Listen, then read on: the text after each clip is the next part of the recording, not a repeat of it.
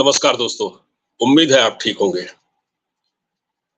Sam Pitroda और राहुल गांधी ये दोनों इस वक्त कटघरे में हैं। कटघरे में यूं ही नहीं है, कटघरे में इसलिए है क्योंकि इन्होंने एक ऐसी बात कही है। मतलब पित्रोदा ने एक ऐसा स्टेटमेंट दिया और वो सोच है राहुल गांधी की, गांधी परिवार की। क्या था कि अगर संपत्ति आपकी है, मान लिया जाए आपकी संपत्ति 50 लाख की है और आपका अगर निधन हो जाए तो उसके बाद जो आपके बच्चे हैं उस पर उस उनको यानी 25 लाख रुपए दे दिए जाएंगे और 25 लाख सरकार अपने पास रखेगी। यानी 50 लाख की संपत्ति है अगर, तो आपकी जो मेहनत की कमाई है, खून पसीने की, आपने जैसे भी कमाया है, तो क्या किसी को हक है कि वो आपकी संपत्ति पर कब्जा करे, उसको हड़पे? असल में सैम पित्रोदा, जो कि अब एक अमेरिकी नागरिक हैं, भारत में टेक्नोक्रेट थे, लेकिन ये उनकी ही लगाई हुई आग है। लेकिन जब ये आग लावा बनकर फूटी तो भाई साहब बैकफुट पर आ गए और कह रहे हैं कि मैंने तो ऐसा कुछ नहीं कहा।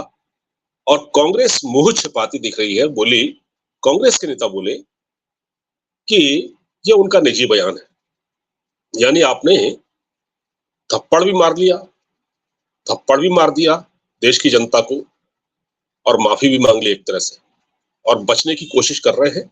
मतलब आप डैमेज कंट्रोल की कोशिश कर रहे हैं। माफी तो खैर क्या मांगी आपने, डैमेज कंट्रोल की कोशिश कर रहे हैं। लेकिन इनको ये नहीं पता है कि इनके इस बयान से कांग्रेस की जो रही सही साख वो भी मिट्टी में मिल चुकी है। दोस्तों,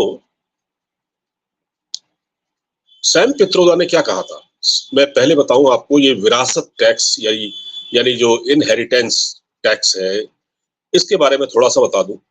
ये अकॉर्डिंग टू सैम पित्रोदा, दरअसल अमेरिका में इस प्रकार का एक टैक्स लगता है।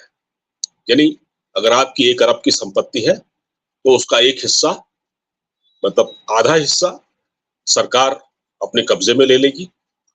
आपके बच्चों को जितना होगा वो मिल जाएगा। आधा हिस्सा आपके बच्चों को मिलेगा और आधा सरकार ले लेगी, फिर वो उसको लोगों में बांटेगी। तो पहली बात तो यहाँ ये कोई स्वीकार नहीं कर सकता कि ऐसा होना चाहिए। अमेरिका में भी मैंने ये सुना है कि ऐसा नहीं है।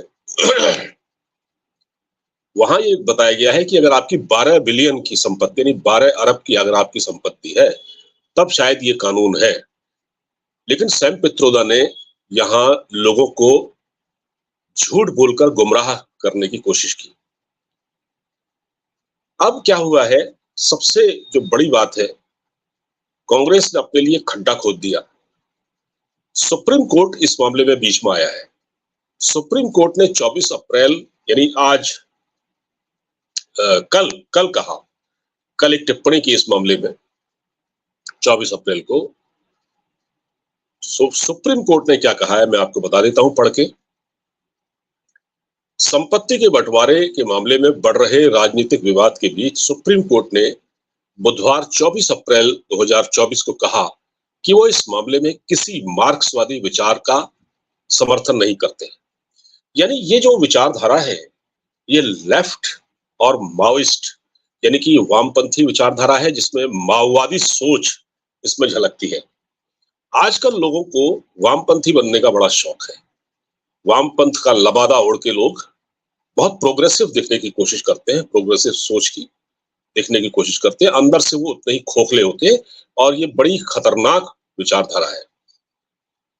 इस मामले में कोर्ट ने कहा कि वो संपत्ति बंटवारे के मामले में संविधान के अनुच्छेद 39B पर जस्टिस वीर कृष्णा की 1977 में की गई मार्क्सवादी टिप्पणी का पालन नहीं करेंगे, जिसमें कहा गया था कि सार्वजनिक भलाई के लिए एक समुदाय के भौतिक संसाधनों में पुनर्वितरण के लिए निजी संपत्तियां शामिल होंगी।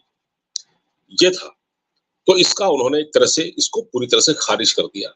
अब राहुल गांधी को, सैम पित्रोदा को, इन जैसे जो दूसरे इनके जो समर्थक हैं, इनको ये समझ में आ जाना चाहिए कि इन्होंने क्या कहा और इसको किस तरह से सुप्रीम कोर्ट ने इनका फ्यूज उड़ाया है। रॉबर्ट वाड्रा, उनके बेटे प्रियंका गांधी, सोनिया गांधी, राहुल गांधी, इनकी संपत्तियां अरबों में हैं। क्या ये अपनी संपत्ति को बेचकर गरीबों में दान नहीं दे सकते? एक एक लाख बांट दें।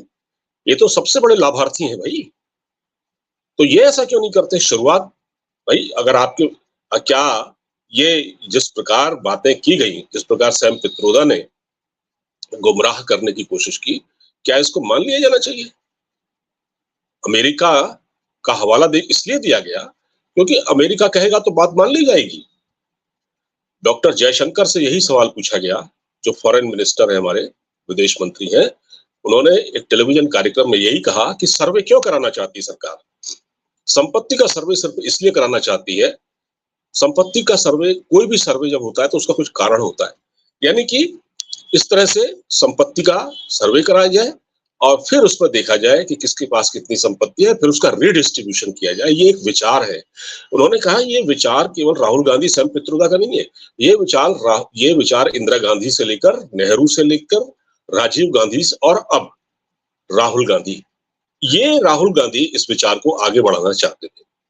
लेकिन सुप्रीम कोर्ट ने जो टिप्पणी की है और फिर अब सोशल मीडिया के इस दौर में राहुल गांधी के इस आइडिया की हवा निकल चुकी है और राहुल गांधी अब तन्हा खड़े हैं। अब जिस प्रकार वो टिप्पणियां कह रहे हैं, नरेंद्र मोदी, मतलब मोदी जी ने क्या कहा, जो बांसवाड़ा में सभा में जो कहा वही तो कहा जो राहुल गांधी या सैम पित्रोदा का विचार है। मनमोहन सिंह ने क्या कहा था कि अल्पसंख्यकों का पहला हक है देश के संसाधनों पर और खासकर मुसलमानों का। तो इस पर कांग्रेस क्यों तिलमिला गई? अब कांग्रेस की बहुत बुरी तरह से हवा टाइट हो चुकी है। सेल्फ गोल कांग्रेस ने कर लिया है। मुझे लगता है कि सुप्रीम कोर्ट की इस टिप्पणी के बाद कांग्रेस को समझ जाना चाहिए कि अब ऐसा नहीं है कि जो कुछ भी वो बोलेगी लोग उसको स्वीकार कर लेंगे। दोस्तों, इस वीडियो को यहीं रोकता हूं। फिलहाल इसको शेयर कीजिएगा, लाइक कीजिएगा, सब्सक्राइब कीजिएगा। नमस्कार।